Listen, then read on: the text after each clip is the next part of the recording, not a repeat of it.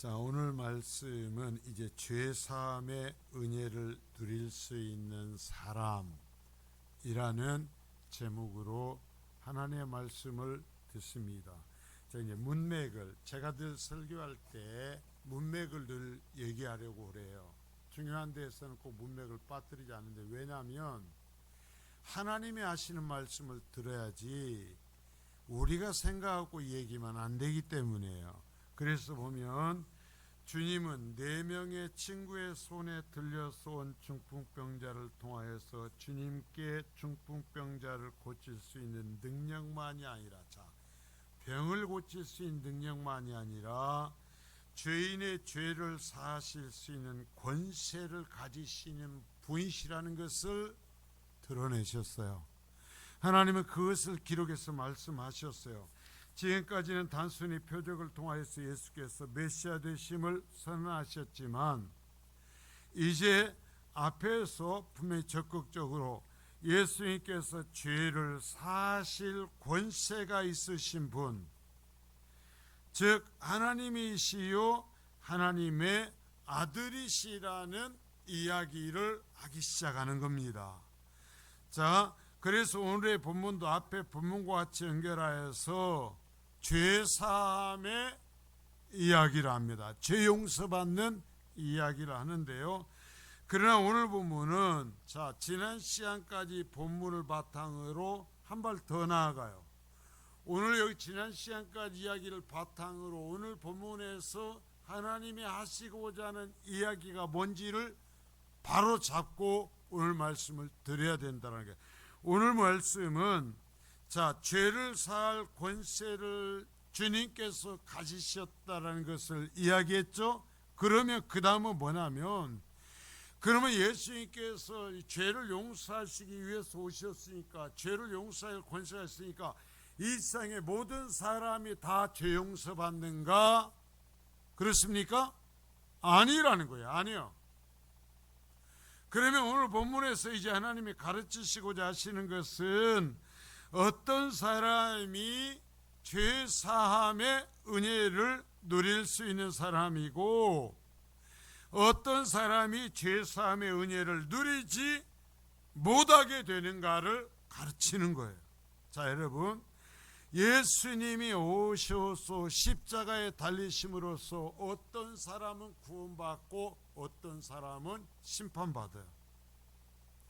이걸 오늘 본문에서 이야기를 해요. 이야기를 하기 위해서 제가 예화를 잘 안 하잖아요. 한 가지 이야기를 제가 하려고 합니다. 지금은 미국에서도 인종차별이 좀 이제 법적으로도 그렇고 많이 악화되었는데요. 지금도 엄청 심하죠. 자, 이 한참 심할 때 이야기예요. 한 흑인이 성탄절이 되어서 예배하기 위해서 한 교회에 갔습니다. 그러나 예배당 밖에 서 있던 건장한 백인들에 의해서 쫓겨났어요. 들어오지 말라는 거예요. 예배하러 왔는데, 성탄절에. 왜냐하면 그 교회는 백인들만 모여서 예배하는 교회였기 때문이에요. 백인이 아닌 흑인이나 우리 아시아 이런 사람들은 그 예배당에 들어와서 예배를 하지 못하도록 자기들끼리 정해서 막아내고 있어요. 쫓겨난 흑인이 교회를 바라보며 탄식하면서 흐느꼈대요. 주님, 나는 예배하고 싶은데 흑인이라는 이유로 예배에 참여할 수가 없네요. 그때 한 사람이 곁에 있으면서 또 탄식을 하더라는 거예요. 나도 저 교회에서 쫓겨났단다. 흑인이 깜짝 놀라서 물었어요. 당신이 누구세요? 그 사람이 얘기합니다. 나는 예수란다. 죄인과 상관없는 교회는 예수님과도 상관이 없다라는 것을 가르치려는 만들어낸 이야기겠죠. 그러나 굉장히 중요한 것을 우리에게 가르쳐요. 내가 죄인이 아니고 내가 하나님의 은혜가 필요 없고 나는 특별하다라는 생각을 갖고 이 백인들처럼 예배하러 오는 유색인종을 막아내는 그러한 사람들처럼 내가 하나님 앞에서 마음을 갖고 살아간다면 예배가 아니라 천없는 짓을 해도 그 사람은 예수님과 상관없는 사람이다라는 얘기예요. 자, 눈을 뜨고 들어요. 눈 감고 있으니까요, 애들이 당신을 쳐다보면서 웃어요. 자, 여러분 보세요. 그리스도에서 오늘 본문을 보면 이 성경은 마태복음이 마태가 기록했어요. 근데 마태가 기록했는데 오늘 본문에 등장한 사람이 누구예요? 마태 자신이에요. 자, 이건 그렇기 때문에 마태가 자신에 관련된 이야기를 했기 때문에 아주 정확하게 실제적으로 그것보다 기록이 되었을 거예요. 마태 자신의 어떤 감정, 주님께서 자기에게 와서 해주셨던 그 어떤 이야기들을 정말 깊이 새기고 들었을 거예요. 자, 여러분 보세요. 예수님 제자 가운데 그 시대 사회적으로 가장 악하다고 여김을 받은 죄인이 왜 어떤 이유로 포함되었는가라는 거예요. 여러분, 마태의 직업이 뭐예요? 마태의 직업이 뭐래요? 원래 세리, 지금 보면 세무서장이었어요.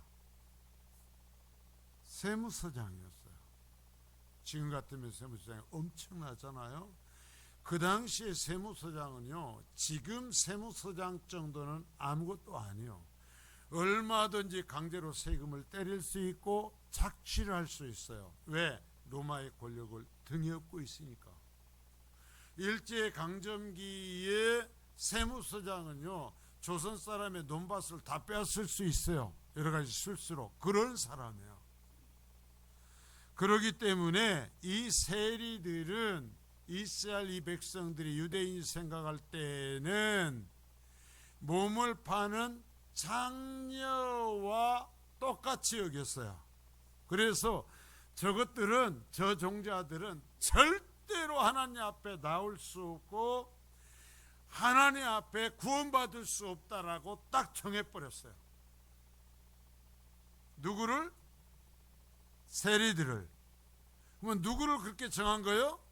마태를. 마태가 지금 그 이야기를 해요. 나는 동족인 이스라엘 사람들로부터 절대 하나님 앞에 나와서 예배할 수 없는 사람, 절대로 하나님 앞에 구원받을 수 없는 사람으로서 정죄를 당한 사람이었다라는 거예요. 그런데요, 예수님께서요, 오늘 또 이곳에서 세관에 앉아서 그 세리의 직을 감당하고 있는 현장에서 마태를 제자로 부르시는 겁니다. 여러분, 이 이야기는 놀라운 거예요. 우리가요, 정말 우리 한 사람 한 사람이 나는 알잖아요. 내가 어떠한지. 내가 그토록 허물 많고 부족함에도 불구하고 하나님께서 나를 불러주신 거예요. 나를 선택하신 거예요. 그리고 나를 예배하라고 해주신 거예요. 여러분, 마태가 정말 감격에 젖어서 이야기를 하는 거예요. 나는 동족으로부터 버림받았고 나는 동족들의 가로막혀서 하나님 앞에 갈 수도 없는 존재였다. 그런데 예수님이 어느 날 나를 찾아오셔서 나를 제자로 부르셨다. 자, 마태가 얘기하죠. 마태라는 사람이 세관에 앉은 것을 보시고, 마태라는 사람이 누구요? 자신이요, 자신. 자신이 세관에 앉아서 그 로마의 앞잡이의 노릇을 하고 있을 때라고 얘기하는 거예요. 자, 몸을 파는 창기와 함께 가장 더러운 사람으로 인정을 받았던 매국노 세리, 하나님께 절대 용서받을 수 없는 죄인이 예수님의 부르심을 받는 겁니다. 자, 주님께서 그 더러운 매국노 세리가 세관에 앉아 로마의 앞잡이라고 일하고 있는 그 현장에서 그 모습을 보시고서도 아시면서도 그를 부르셨어요. 마태가요 감히 나를 불러달라고 요청하지도 않았어요. 그런데 주님은 부르셨어요. 그것에 더하여 그의 집으로 가셔서 함께 식사를 하십니다. 그 매국노 세리의 집에 식사하다 보니 그 모습이 가관이죠.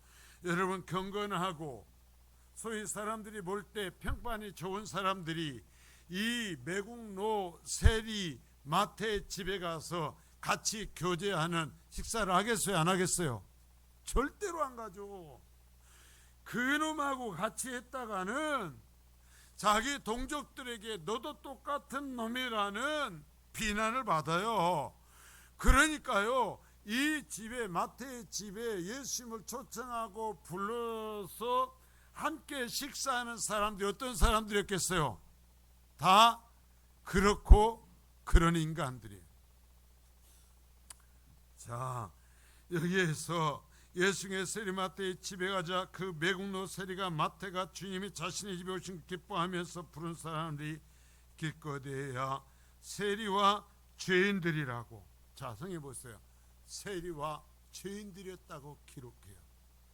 나는 그때 내가 예수님을 모시고 자, 예수님이 오셨으니 우리 집에 와서 함께 식사해요 하고 얘기할 사람이 경건한 유대인 바리새인과 서기 같은 사람은 하나도 없었다. 내 친구는 그 당시에 전부 다 손가락질 받고 쓰레기 같은 자들이라고 인정받던 그들밖에 없었고 나는 그들을 초대해서 함께 주님과 교제하고 있었다. 자신이요, 마태가 직접 증언하고 있어요. 그곳에 정말 죄인들, 부끄러운 자들이 함께 모여 있었다. 그러니까 스스로가 거룩하다고 여기는 지도자들이 이 모습을 볼 때는 정말 웃기는 일이죠. 그러니까 바리새인들이 그냥 넘어가지 않습니다. 자, 마태복음 9장 11절입니다. 시작.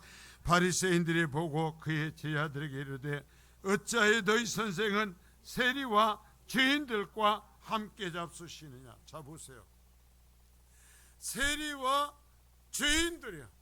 그러니까 뭐예요? 이 바리새인들이 딱 볼 때 저것들은 우리는 평생 상대 안 해. 우리는 저것들로 밥 한 끼도 절대 죽을 때까지 같이 안 먹어. 근데 너희 선생이 메시아라고, 너희 선생이 거룩한 자라고, 너희 선생이 귀신 쫓아내고 병 고치고 죄를 사는 권세가 있다고? 그런데 왜 저는 매국노 같은 놈하고 같이 밥 먹냐? 왜 저렇게 더러운 죄인하고 밥 먹냐? 그러니까 너희가 말하는, 너희 선생이 말하는 건 다 가짜잖아. 잘못된 거잖아. 바르다면 저 매국노 놈하고 그 집에 가서 밥 먹으면 안 되지. 저 죄인들 악한 자들하고 함께하면 안 되지 하고, 그러면서 지금까지 예수님이 말씀하신 그 모든 것을 부인하고 있는 거죠. 자, 여러분, 지금도 마찬가지예요. 얼마나 많은 사람들, 얼마나 많은 교회가 주님의 이런 죄인들을 찾아가시는데 그러한 사람들이 교회에 오는 것을 원치 않아요. 부자가 오고 권세 있는 사람들이 오기를 원하지, 정말 찢어지게 가난해서 먹을 것 줘야 되고 입을 것이라도 챙겨줘야 되고 정말 도움이라도 줘야 되는 사람들이 오면 싫어해요. 냄새가 짝짝 나는 사람이 못 돼요. 싫잖아요. 쫓아내고 싶잖아요. 그런데요, 우리는 주님의 눈으로 볼 때 더러운 냄새가 철철 넘쳐나는 사람이란 말입니다. 우리가 감히 어떻게 주님과 교제를 하냔 말이에요. 주님이 그 하늘의 영광을 내려놓고 우리가 죄인인 것을 아시고요, 우리 힘으로 구원받을 수 없는 것을 아시고요, 주님이 찾아와 주셨고 우리의 손을 붙잡아 주셨게 예배하는 것이지, 여기 정말 그렇게 거룩해서 주님을 예배할 수 있는 사람이 누가 있냔 말이요. 그런데 문제는 제법 교회 다니다 보면 이걸 잃어버리는 거예요. 그래갖고 내가 그렇게 냄새나고 보잘것없는 존재라는 것을 잃어버려요. 그래가지고요, 바리새인 자리에 있던 사람들이 낮아지면서 주님의 제자 자리에 내려와야 되는데, 낮은 자리에 있던 사람들 바리새인처럼 서기관들처럼 되면서요, 내가 등급을 매긴단 말입니다. 오늘 그 얘기를 잘 들어야 돼요. 그래서요, 자, 죄사함의 권세를 말씀하시고 어떤 사람이 그 죄사함을 받을 것인가를 말씀하시면서 12명의 제자를 부르시는 이 아이 가운데 왜 이 세리마태 매국노를 제자로 받아들이는 이야기를 이 사회에 넣어두셨을까? 왜 여기다가 이것을 기록했고 마태는 자기의 이야기를 여기다가 이야기하고 있을까? 이것이 이 세리마태가 이 문맥을 통해서, 마태복음을 통하여서 가장 정확히, 어떤 것보다도 가장 정확하게 이 말씀을 여기에다가 기록해야 되는 이유를 알았어요. 자신과 관련된 것이니까. 이것이 마태는 알아요. 이 이야기가 예수님이 이 땅에 오신 목적이라는 거예요. 또한 이 세리마태 이야기를 제대로 이해해야 앞뒤 본문의 의미를 바로 이해할 수 있어요. 이 이야기를 모르면서 병 고치는 얘기하고 귀신 쫓아내는 얘기 백날, 그래요. 여러분, 병 고치면 구원받냐고. 제 아들이 예수 앞에 그랬잖아요. 내가 말씀 가지고 병 고치고 귀신 쫓아냈어요. 근데 주님 말씀하시잖아요. 나 네가 누군지 도대체 모르겠다.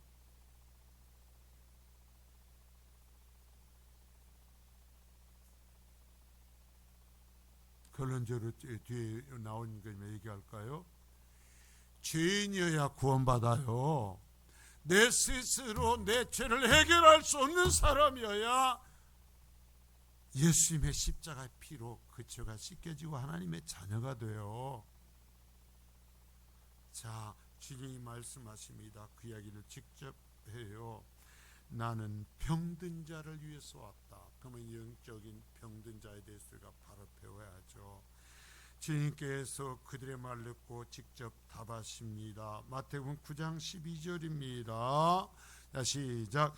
예수께서 들으시고 이르시되 건강한 자에게는 의사가 쓸데없고 병든 자에게라야 쓸데있느니라. 자, 여러분 보세요.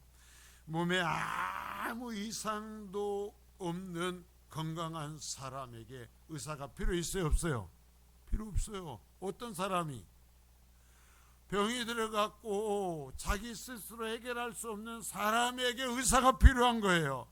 여러분, 그래요, 안 그래요? 주님이 지금 말씀해요. 이 말씀은 주님이 내가 이 사람들이 죄인인 것을 모르고 함께 앉아있는 것이 아니다라는 얘기입니다. 나도 안다라는 거예요. 나도 이들이 죄인이라는 것을 안다라는 거예요. 나도 이 마태가 이스라엘 동족들을 팔아먹듯이 매국노와 같은 짓을 하고 있다는 것을 안다라는 거예요. 이들이 죄인인 것을 알기에 마태를 부르셨고 마태의 집에 왔고 그 친구들과 함께 앉아있다라는 것입니다. 더 나아가 이들이 그 스스로 그들의 병, 그들의 죄를 해결할 수 없는 죄인들에게 내가 왔다라는 거예요. 누구 하나도 이들의 이 악하고 그릇된 것을 끌어안아 주는 사람이 없어요.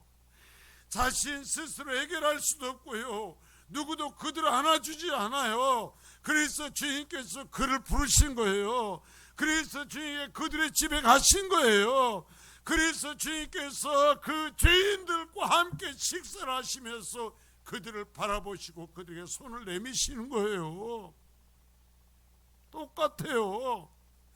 나는 괜찮아. 나 정도면 내가 지금 한 것을 봐. 내가 얼마나 어렵게 살아왔는지, 내가 얼마나 예수를 잘 믿었는지, 내가 얼마나 다른 사람보다 탁월하게 했는지, 나 같은 사람이 천국 안 가면 누가 가? 하는 사람들을 향해서 신이 말씀하셔요.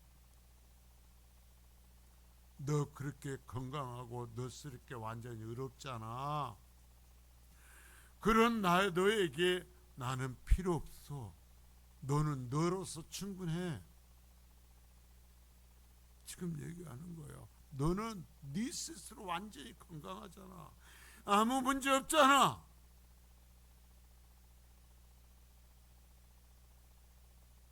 여러분, 왜 주님 앞에 올 때 내 병이 보이지 않냔 말이에요. 왜 주님 앞에 얘기하면서 한 주일 동안 살면서 예수 믿는다 하면서 하나님 앞에 예배했으면서 또 나가서 죄를 짓고 내 마음속에 더러운 것이 가득해서 내 스스로 어찌하지 못하고 쩔쩔맸던 그 모습 때문에 주님 앞에 안타까워하면서 주여 내가 이런 존재입니다라고 왜 말하지 못하냐는 거예요. 그렇게 의롭고 그렇게 문제가 없으니까요, 아무리 예배라도 주님께서 말씀하시는 거예요. 너는 너 스스로가 해. 다 되잖아.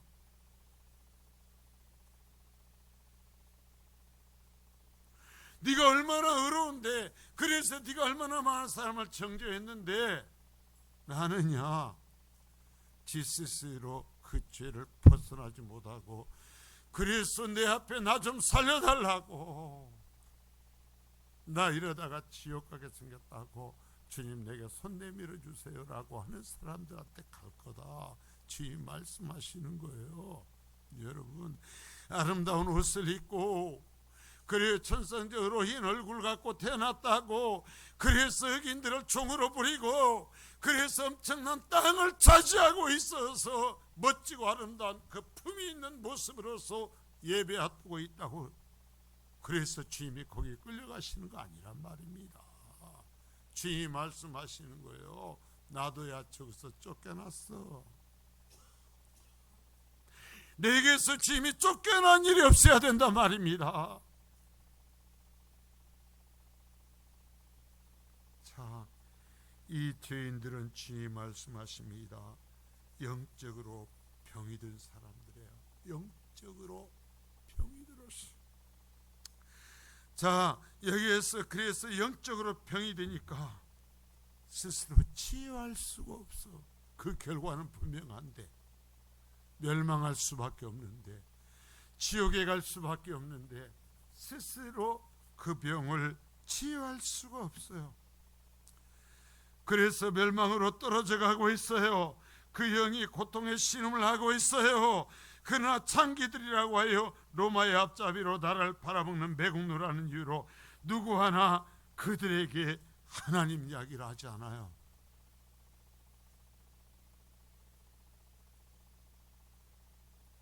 아니, 돌아보고 치료해 줄 의사가 없어요. 그런데 하나님께서 그들을 보셨어요. 그래서 그들을 직접 치료하기 위해서 인간의 몸으로 영 의사가 되셔서 이 땅에 오신 것입니다. 그리고 주님이요, 그 세리 마태 집에 찾아가신 것입니다. 마태는 그걸 알았어요. 주님이 나를 부르시고 내 집에 오셨던 것은 그래 세상에서 손가락질 나고 내 스스로 회복될 수 없는, 그러다가 저 지옥으로 떨어질 수밖에 없는 나를 구하기 위해서 인간이 되어 오셔가지고 나를 치료하기 위해서 우리 집에 오셨던 거야. 밥 먹으러 오신 것이 아니야. 내 병을 치유하기 위해서 왔다라는 거야. 그래서 여러분 보세요. 그 병든 자들을 위해서 의사가 오셨죠. 그 의사가 이제 그 병든 자들을 찾아오셨습니다. 그리고 진찰을 시작하고 계십니다. 진찰하시고 그 병을 말씀하십니다. 그 선언에 자신이 병이 들었고 당신만이 나를 치료할 수 있는 의사라고 고백하는 사람들을 향하여서, 그래요, 나는 병이 들었어요. 영적인 병이 들었어요. 내 스스로 치료할 수 없어요. 내 스스로 해결할 수 없어요. 나를 좀 도와주세요 라고 말하는 사람들에게 완전한 치료제를 주시는 것입니다. 예수 그리스도의 십자가의 피를 주시는 것입니다. 지금 주님은 마태 앞에서 그 일을 하고 계시는 것입니다. 너희는 죽을 병에 걸렸다라고 선언하십니다. 나만이 너의 병을 고칠 수 있는 사라고 하십니다. 내가 너의 병을 고쳐주려고 왔다라고 말씀하시는 것입니다. 그러나 이러한 예수님의 말씀은 자신들의 행위로 충분히 의롭게 되었다고 여긴 예루살렘 종교 지도자들의 귀를 거스르게 합니다. 너무나 거룩해요. 너무나 아름다운 외적인 모습을 갖췄어요. 자신들이 지나가기만 하면 세상 사람들이 자신들 앞에 길을 내주면서 머리를 숙여요. 얼마나 아름다운지요. 얼마나 고귀한지요. 그러니까 제얘기하니까 듣기 싫은 것입니다. 그 성전 앞에 와서 뒤엎어버리니까 듣기 싫은 것입니다. 회개하라고 외치니까 귀를 닫아버리는 것이죠. 여러분, 하나님 말씀을 잘 듣다가 어떤 사람들 어느 순간에 얘기합니다. 말씀이 어려워요. 예, 주님이 말씀을 가르칠 때에도요, 사람들이 그랬습니다. 알지 못하겠다, 어렵다. 왜 어려운 줄 아세요? 육신의 말이 아니기 때문에요. 영의 말이기 때문에요. 영의 말이기 때문에요. 영의 말인데 내가 육신의 사람이 되면 도대체 그 말을 알아먹을 수 없어요. 지식으로는 들어요. 문자적으로는 알아요. 그러나 내 영에 감동이 안 일어나요. 그러니까 뭐라는 거예요? 어려워요. 힘들어요. 똑같은 말씀일지라도 죄인들이 그 말씀을 들을 때 그 말씀으로 자유를 누려요. 그 말씀으로 해방이 돼요. 그 말씀으로 치유가 돼요. 예수님이 말씀하실 때 그러니까 어렵다. 누가 알아들을 수 있을까? 누가 알아들을 수 있어요?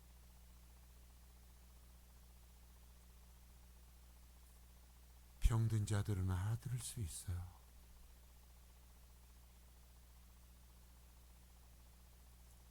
그때나 지금이나 똑같아요. 자신들이 충분히 의로웁니까?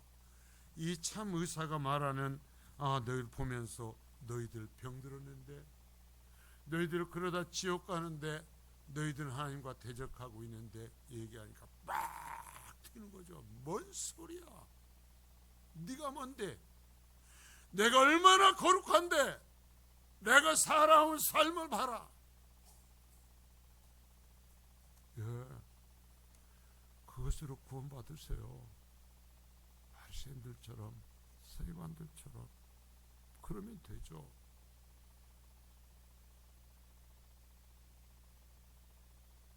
자, 누가복음 18장 9절에서부터 11절까지 말씀입니다. 시작. 자기를 의롭다고 믿고 다른 사람을 멸시하는 자들에게 이 비유로 말씀하시되, 두 사람이 기도하러 성전에 올라가니 하나는 바리새인이요 하나는 세리라. 바리새인은 서서 따로 기도하여 이르되, 하나님이여, 나는 다른 사람들 곧 토색, 불의, 간음을 하는 자들과 같지 아니하고 이 세리와도 같지 아니함을 감사하나이다. 자, 여러분 보세요. 이 두 사람, 세리와 바리새인의 기도에 대한 이 비유를 주님께서 말씀하신 것이 왜 그러냐면, 자기를 의롭다고 믿고 다른 사람을 멸시하는 자들에게 하신 말씀이에요. 여러분, 주님 앞에 나왔을 때요, 내 죄가 보여야 돼요. 내 악한 것이 보여야 돼요. 그래갖고 내가 저 사람보다 더 악하고 저 사람보다 더 부족하고 저 사람보다 더 불순종한 이것 때문에 주여 내가 멸망하겠나이다, 나를 치료해 주소서 해야 된단 말이에요.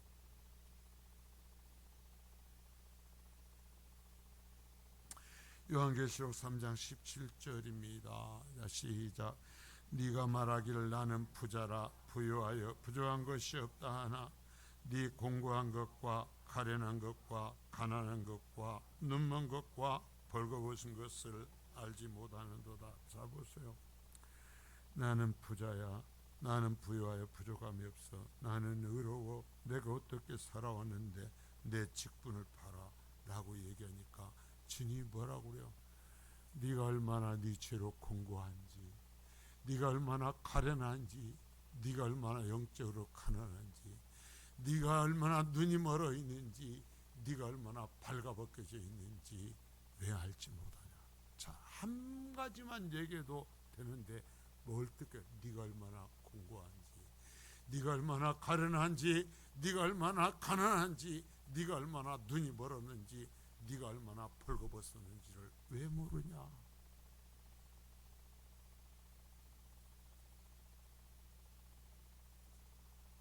이게 여러분 우리 모습이거든요. 내가 참으로 공고하고 내가 가련하고 내가 가난하고 내가 눈 멀었고 내가 벌거벗은 거예요. 그래서 주님 앞에 와서 주여 나 좀 불쌍히 여겨주소서, 주여 나 좀 안아주소서, 주여 나에게 내가 널 사랑한다고 네 죄를 용서했다고 말씀해 주소서. 그 말씀 안 해주면 내가 못 살아요. 내가 못 살아요. 무슨 예배자가 돼요. 내가 어떻게 살아요. 내게 말씀해 주세요.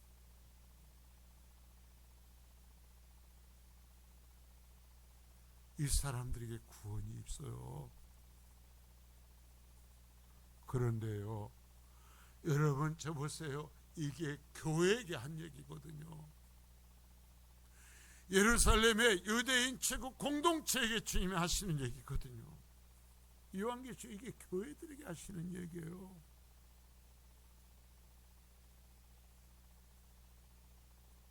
주님의 말씀을 들으시기를 바랍니다. 여러분 인간의 가장 큰 병이 뭘까요? 주님께서 말씀하신 인간의 가장 큰 병이 뭐예요? 나는 의롭다고 생각하는 병이에요. 나는 제법 괜찮다고 생각하는 거예요. 내 영은 건강하다고 생각하는 거예요. 이 사람들은 죄를 말하면 인상을 써요. 왜? 내가 얼마나 건강하고 내가 얼마나 의로운데 왜 또 죄 얘기하냐. 이제 그만큼 여기 있으면 죄 얘기하지 말고 복 얘기하자. 재미있는 얘기하자. 여러분 그것은 주님께서 우리에게 완전히 확보해 주신 거예요. 믿는 자에게 영원히 허락하신 거예요. 아직 우리가 육신을 입고 살아가는 동안에는 내 악한 죄성을 이야기하고 내가 하나님 앞에 바르게 살지 못하는 이것을 얘기하면서 내 자신의 무릎을 꺾어서 주님 앞에 거꾸로 뜨려야 되는 거예요. 내 스스로. 마태는 지금 그 과정의 이야기를 하고 있어요. 자기의 이야기를 하고 있어요. 그러면서 너희가 죄인이라고 하는 자들이 오히려 은혜를 입을 거다라는 거예요. 의롭다 하는 너희 대신에 너희가 죄인이라고 하는 그들이 은혜를 입을 거다. 자, 마태복음 21장 31절서부터 32절입니다. 시작. 그 둘 중에 누가 아버지의 뜻대로 하였느냐? 이르되 둘째 아들이니이다. 예수께서 그들에게 이르시되 내가 진실로 너희에게 이르노니 세리들과 장녀들이 너희보다 먼저 하나님의 나라에 들어가리라. 요한이 의의 도로 너희에게 왔거늘 너희는 그를 믿지 아니하였으되 세리와 장녀는 믿었으며 너희는 이것을 보고도 끝내 뉘우쳐 믿지 아니하였도다. 그래요. 우리가 이 세상에 살면서 자, 이스라엘 공동체는 지금 세리와 장녀들이 가장 악한 자예요. 대한민국에서 현재 이 세대에서는 누가 가장 악한 자들일까요? 글쎄 모르겠어요. 우리가 규정하는 그런 가란 악한 자들이 구원받을지 몰라도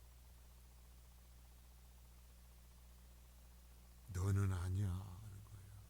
너는 아니야. 그들은 자신이 약한 줄 알고 믿었고 너는 네 의를 믿고 나를 믿지 않았기 때문이야.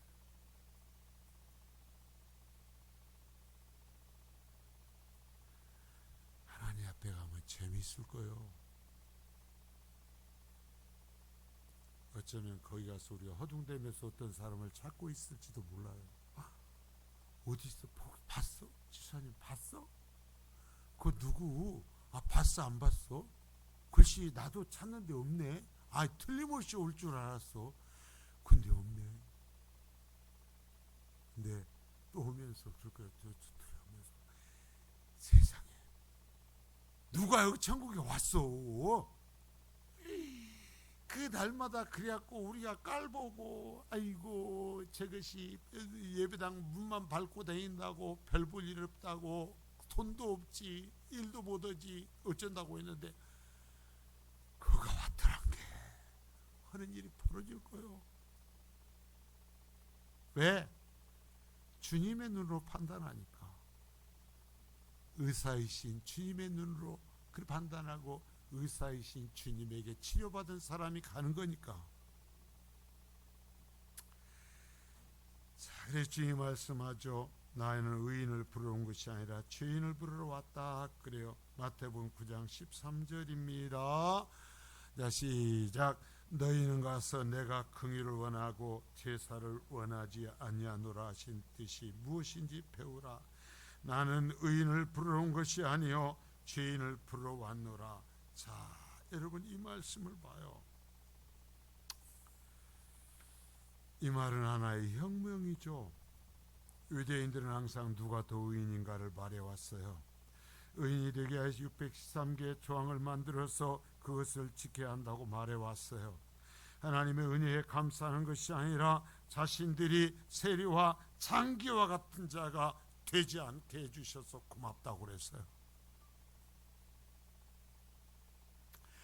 아니 죄인들의 대명사인 사마리아 사람들과는 구별되려고 그 동네는 가지도 않았어요. 그런데 자신을 하나님의 아들이라면서 의인이 아닌 죄인을 부르러 왔다고 합니다. 그러면 이제까지 자신들이 살아온 삶이 무엇이란 말입니까? 자, 이 말의 참뜻은 너희 스스로를 어떻게 보느냐라는 거예요. 유대인은 항상 다른 사람에게 관심이 있었습니다. 물론 우리도 그렇죠. 그러나 주님은 너는 어떤데? 그래. 따라서 합니다. 너는 어쩐데? 나에게 그러신 거예요. 너는 어쩐데? 그렇잖아요. 내 얘기해야 되잖아요. 주님 앞에서. 나하고 주님과 사이에서 내 얘기해야 되잖아요. 이게 주님이 나에게 말씀하시는 거예요. 너는 어쩐데?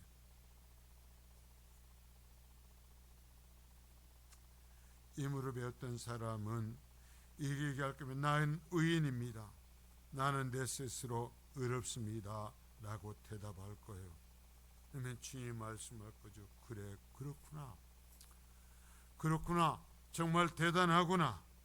너희는 멸망할 병이든 영혼을 치료하기 위해서 온 나는 너희와 상관이 없다. 너희와 그러면 상관이 없어. 너희는 나에게 치료받을 것이 없다. 라고 말씀하셔요. 나는 너희하고 상관없어. 내가 너희를 치료해 줄 것이 없어. 그러나 나는 죄인입니다. 내 힘으로 어렵게 될 수 없습니다 하고 말하는 사람들에게 그래, 그래서 내가 왔어. 네가 네 죄를 스스로 해결할 수 없어서 반복적으로 죄를 지으면서 어찌할 수 없어서 하나님 앞에서 어찌할 바 몰라 하며 두려워하며 벌벌 떠는 너의 죄를 용서하기 위해서 왔어.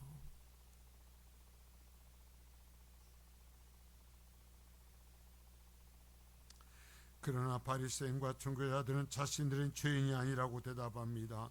그리고 죄인을 맞아 치료하시고 회복시키신 예수를 대적했습니다. 또 자신을 의인으로 여기는 너희는 죄인이라고 선하시는 주님의 선고에 귀를 막았어요.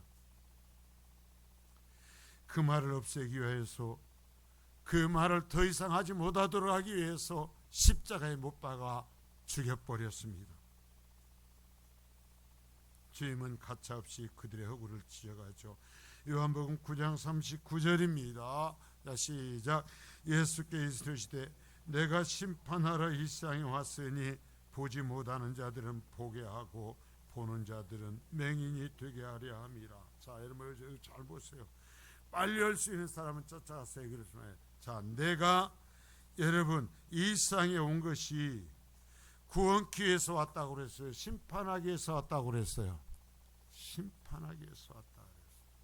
자, 무슨 얘기냐면, 나는 여기서 뭐 충분히 본다 하고, 나는 의롭다 하고, 나는 문제가 없다 하고, 그래서 죄 얘기하는 것을 기분 나빠하는 이 유대인들을 향해서 내가 온 건 너희를 심판하러 왔어. 주님께서 십자가에 달리심으로 그 죄인들은 구원받지만 그렇게 의로운 이 바리새인과 서기관들은 심판을 받아요. 분명히 주님은 그랬잖아요. 내가 심판하러 이 세상에 왔어. 여러분, 십자가는 다른 면에서는 심판이에요. 그 십자가를 위해서 십자가로 오신 예수 그리스도의 말씀을 거부하는 자들에게는 그 말씀이 심판의 증거, 멸망의 증거가 되어버리는 거예요.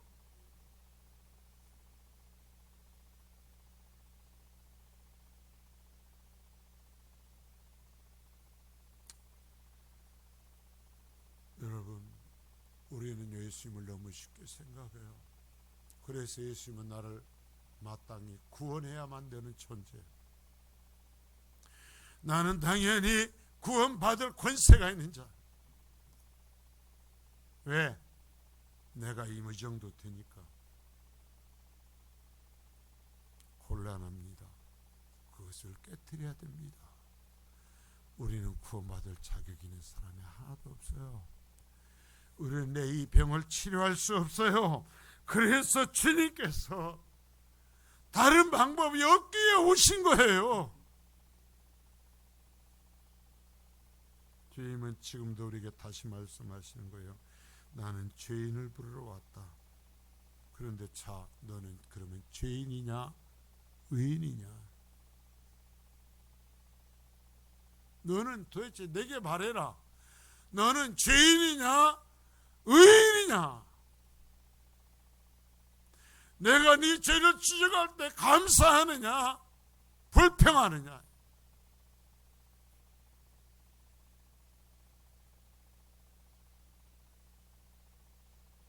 자, 긍휼을 원하고 제사를 원치 않는다는 말 우리가 배워야 돼요. 이제 새로운 시대에 새로운 신앙의 판단 기준이 세워집니다. 스스로가 의인이라고 하면서 이와 죄인들을 정죄하던 이들에게 그들의 신앙을 판단할 수 있는 새로운 시대의 잣대를 주십니다. 자, 9장 13절 다시 한번 읽습니다. 자, 시작. 너희는 가서 내가 긍휼을 원하고 제사를 원하지 아니하노라 하신 뜻이 무엇인지 배우라. 나는 의인을 부르러 온 것이 아니요 죄인을 부르러 왔노라 하시니라. 자, 내가 긍휼을 원하고 제사를 원치 아니하노라 하는 말은 호세아서 6장 6절의 말씀이에요. 구약성경. 이것은 본래 실천적인 사랑이 없는 율법자들을 훈계하기 위한 말이었어요. 그런데 예수님은 겉으로는 의로운 체하면서도 자신의 죄를 인정하지 않는 바리새인과 서기관들을 가르치시기 위한 말로 사용하셨어요. 주님은 긍휼만 필요하고 제사는 필요하지 않다고 말씀하시는 것이 아닙니다. 긍휼함이 있는 제사를 말씀하셔요. 자, 여기서 내가 긍휼을 원하고 제사를 원치 아니하노라 하신 이 말씀은 나는 제사를 원치 않는다는 말이 아니라 긍휼함이 있는 제사를 원한다라는 거예요. 여러분, 모든 제사는 타락한 인간을 향하신 하나님의 무한하신 자비와 사랑의 표시로 제정된 거예요. 그러므로 모든 제사는 하나님의 긍휼이 앞에서요. 자, 하나님의 긍휼하심이 모든 제사의 앞에서요. 결국 이 말은 제사가 필요 없다는 말이 아니라 하나님의 긍휼히 여기심으로서만 용서받을 수 있는 죄인들이 다른 죄인들과 소외된 자에게 베푸는 자비와 사랑이 없는 제사는 무의미하다고 말씀하시는 거예요. 자, 하나님 앞에서도 그렇지만 사람 앞에서도 여러분 분명히 얘기했죠. 제사는 하나님의 긍휼하심이 앞에 설 때만 유효하다고. 그러면 내가 하나님의 긍휼하심으로써 구원받았다면, 그래서 새로운 시대의 백성이 되었다면 우리의 삶에 긍휼이 앞서야 된다라는 거예요. 우리의 예배에 긍휼이 앞서야 된다라는 거예요. 긍휼 없는 제사, 바리새인들과 서기관들과 같은 그런 제사, 나는 그걸 원치 않는다라는 거예요. 그것 앞에 긍휼이 있어야 된다라는 거예요. 하나님의 긍휼이 앞서서 우리가 이곳에 와서 하는 이 예배를 하나님이 받으십니다. 그러면 우리에게 주의 말씀하시는 것입니다. 너희가 나에게 와서 제사할 때에도 너희의 제사 앞에 너희의 긍휼을 앞세우라는 거예요. 여러분 옆에 한번 봐요. 어차피 정도의 차이지만 똥 묻었던가 겨 묻었던가 묻은 건 똑같아요. 그래요, 안 그래요? 인간은 그런 거예요. 똥 묻었든지 겨 묻었든지 정도의 차이는 있지만 엉망이요. 그래서 나도 긍휼이 필요하고 이 모든 사람도 다 긍휼이 필요해요.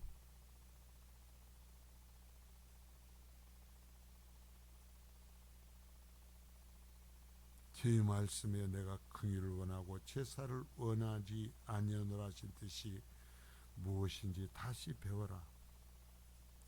나는 의인을 부러운 것이 아니오 죄인을 부러워하노라. 여러분 무슨 말이에요? 평생 살아가면서 내가 하나님의 긍휼이 있어야 하나님 앞에 설 수 있는 사람인 것을 잊지 말라는 겁니다. 그러면요, 이곳에 함께 예배하고 있는 모든 사람도 하나님의 긍휼이 있어야만 되는 사람들이에요. 뭔가가 묻은 사람들이에요. 그러니까 우리의 눈에 그 사람의 허물이 보여요, 안 보여요? 그 사람의 문제가 있어요, 없어요? 허물이 보여요. 문제가 있어요. 그럼 어찌해야 돼요? 하나님께서 긍휼을 베풀어 주신 것처럼 우리도 하나님께 예배하는 것 앞서서 긍휼을 베풀어야 될 줄 믿습니다. 이것이 새로운 시대의 잣대예요. 이것이 새로운 시대의 예배자를 평가하는 잣대예요.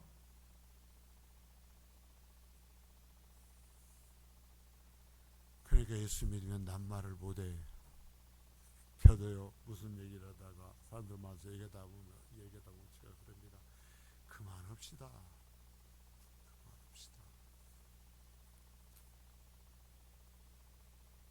여러분 한번 따라서 합니다. 그만합시다. 왜 아니요? 자, 그만합시다. 왜? 그 사람에게 묻은 것보다 더 심한 것이 내게 묻어 있을 수도 있어요.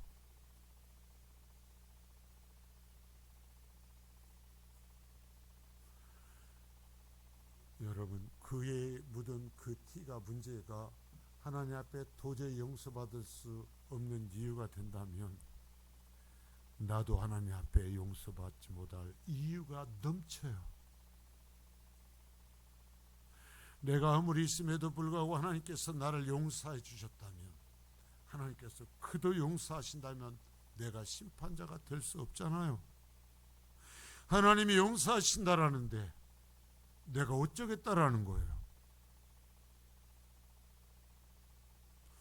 예배 앞에서 그것이 앞서야 된다라는 거예요.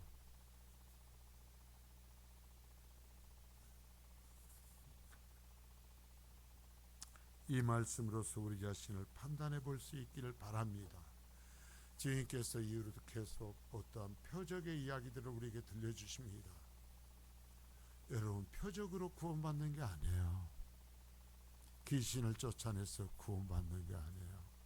내가 어떤 순간에 한번 기도해서 응답된 것이 내 구원의 증거가 아니에요. 내 구원은 하나님의 긍휼로 입는 거예요. 그냥 하나님께서 나를 용서해 주셔서 구원받는 거예요. 내가 병이 든 자이고 내 스스로 해결할 수 없는 자이기에, 그래서 하나님께서 나를 찾아오셔서 나를 그냥 안아주시고 그 십자가의 피로 뒤집어 씌워서 내 죄를 가려주셨기에 구원받은 거예요. 하나님께서 내 앞에 앉아서 자 계산하자, 너 이것이 이렇고 저렇고 해서 구원받은 사람 한 사람도 없단 말입니다. 그냥 와서 덮어버렸어요. 그냥 와서 안아주셨어요.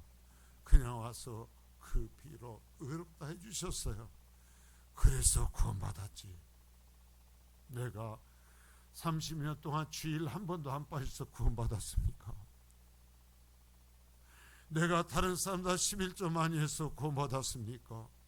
내가 다른 사람보다 일을 더 많이 해서 구원받았습니까? 그건 은혜예요. 내가 예배 안 빠졌던 것, 내가 주님 앞 물질을 들을 수 있었던 것, 내가 다른 사람보다 다른 사람이 하지 못한 일을 할 수 있던 건 은혜예요.